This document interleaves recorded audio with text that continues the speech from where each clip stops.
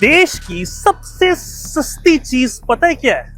सोचो, middle class student की मेहनत। इस बार लीक हो गया नीट का एग्जाम, कोई दिक्कत नहीं यार, फिर से मेहनत कर लो, अगले साल दे देना। साला अभी नीट की प्रोटेस्ट भी खत्म नहीं हुई थी और एसएससी जीडी का शुरू हो गया। कहीं डमी कैंडिडेट्स बिठाए जा रहे हैं, कहीं रिमोट सॉफ्टवेयर से पेपर सॉल्व हो रहे हैं, कहीं पैसे लेकर पेपर ही बेच दिया गया। वैसे जब सत्ता में बैठे ही लोग पढ़े लिखे नहीं हैं, तो शायद यही उनसे उम्मीद की जा सकती है। ये सिर्फ पेपर लीक की बात नहीं है, ये एक भरोसे की बात है जो युवा को सिस्टम पे होता है। दिन रात एक करने के बाद कई स्टूडेंट्स की उम्र निकल जाती है और कहीं तो अपनी जमीन बेच देते हैं, लेकिन आखिर में क्या पता लगता है सॉरी आपका नीट का एग्जाम लीक हो गया जी।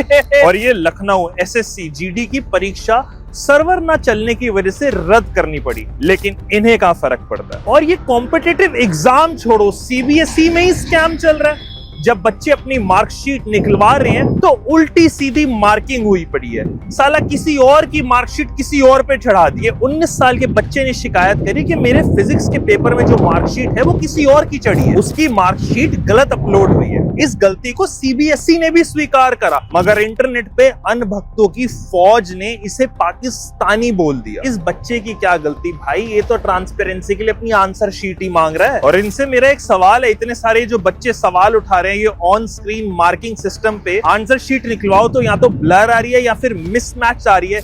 इनको क्या अलकायदा से जोड़ के प्रॉब्लम सॉल्व करवा दोगे? और ये मास लेवल पे हो रहा है। जेई क्वालिफाई करने वाले बच्चे सीबीएसई तक में फेल हो रहे हैं। 7 साल में सबसे कम इस बार पासिंग परसेंटेज आई है। एजुकेशन मिनिस्टर से यही अपील की जा सकती है। देखिए, आप अपनी कुर्सी मत छोड़िए, हमें पता है आप अपनी कब्र तक एक कुर्सी लेके जाएंगे, मगर एक होपलेस यूथ देश की सबसे कमजोर कड़ी है। इसे प्लीज इस दिशा में मत जाने दीजिए।